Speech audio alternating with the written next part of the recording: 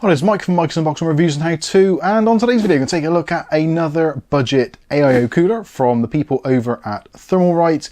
This is the Thermalright Frozen Edge 360 Black Edition. Now this cooler is, from what I can see already, is absolutely fantastic. Now an AIO under £50 for a 360 is obviously excellent value for money. And what this actually brings to the table for a lot of you out there, if you want to have a PC which is nice and quiet, keeps your CPU nice and cool, doesn't cost a fortune, and also has minimal RGB, then this is probably going to be right up your street. This version, over some of the other Thermalright coolers, actually has upgraded fans. So what this is going to give you is a little bit better cooling performance.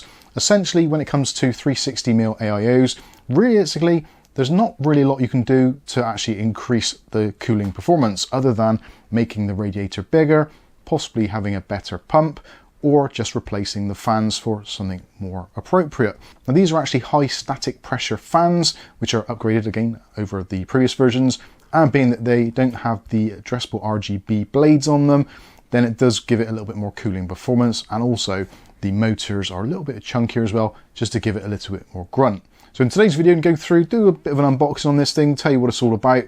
We're also going to be doing an installation video, which will be separate, and then we're going to come back after we've done the installation with some test results just to see how well it's done. Now this particular one, I'm getting this done quickly because I've got a PC which is going out for sale. It's not a particularly high-end processor, it's only a Ryzen 7 7700, but I think for a lot of people, if you are having a system around about that sort of level of performance, and you want to have a little bit better cooling performance than you would with a 120mm tower cooler, or potentially even the stock cooler, I think this is going to be an excellent choice. Anyway, let's get on and take a look at the packaging.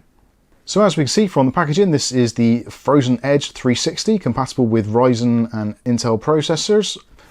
This will actually do sockets AM4 and AM5, no AM3 support, thank goodness, that thing is long gone now. And when it comes to Intel, it will support all the latest Intel sockets and also some of the older ones as well. The full list is on the screen right now. If we take a look at the specifications, so this is the Frozen Edge 360 Black, the water block dimensions 62 by 62 by 53, and the radiator is 397mm long and is the standard 120mm width and 27mm thick. Pump noise under 23 dBA, pump speed up to 3300 RPM, which is pretty standard, and the pump itself actually does RGB lighting support, so there's a very small RGB element to this, and the pump is a 4-pin PWM. Looking at the fan specifications, so these are using the TLB12 fans. These are 120 by 120 by 25.6mm, so pretty standard there.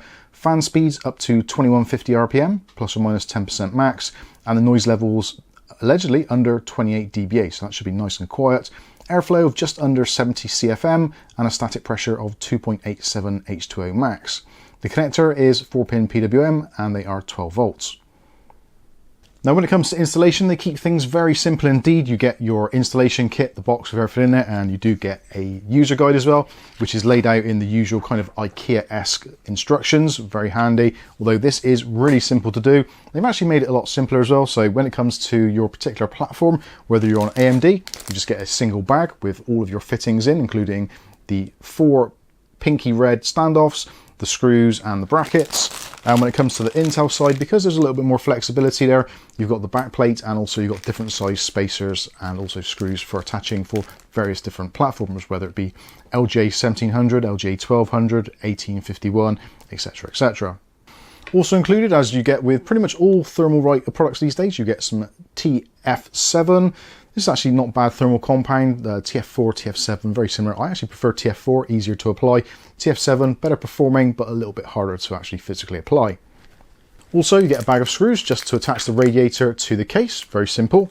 And when it comes to the fans, these aren't daisy chainable fans, but it does come with this neat little hub.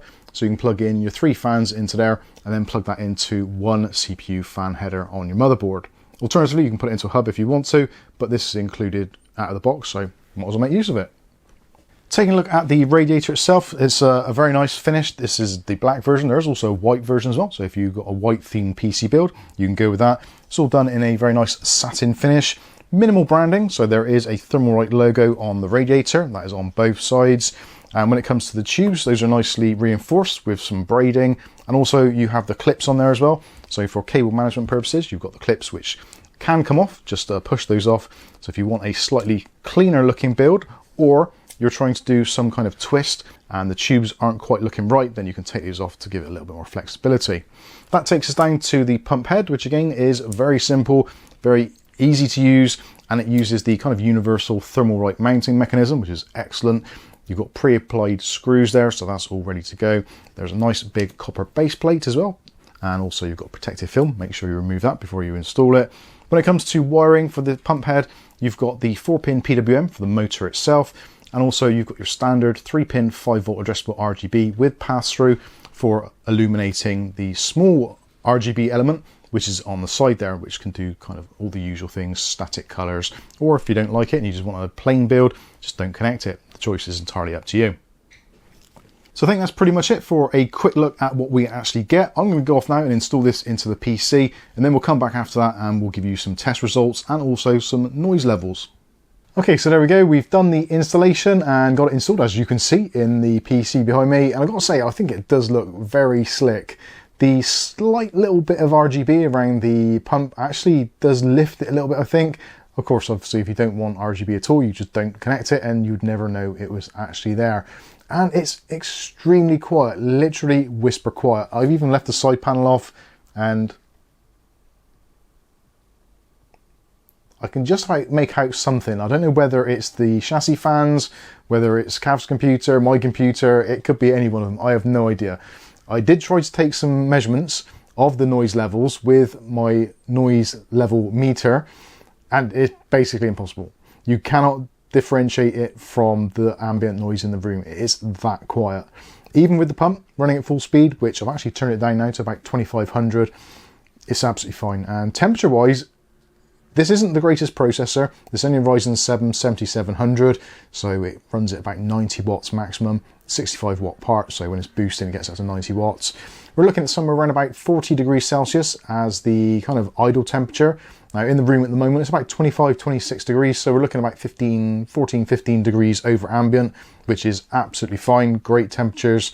And at full load we got to around about, well, just under 62 degrees, so 61.9 I think it was, so yeah, give or take it's 62 degrees, which is still absolutely excellent. This processor is very, very well cooled, and it certainly seems there is a lot of headroom there. So if you wanted to go for a more power hungry processor, maybe one of the older 7900Xs, maybe, those do generate quite a bit of heat. I think this is going to be absolutely fine. Now, I don't have a great deal of time to actually test this, unfortunately, because this PC is going to be sold in, well, not very long. So I've got to get my ass into gear and get this thing boxed up and ready to go. But anyway, as a kind of semi-review of this particular product, Thermalright, obviously, they are absolutely killing it in terms of CPU coolers, and this is no exception. There is one, possibly two things about it which might be slightly off-putting to some people. Now, the first thing is a real minor one, but is easily resolved, and that is the actual pump head, the logo on there. So it says Thermalright, and it's got the logo itself.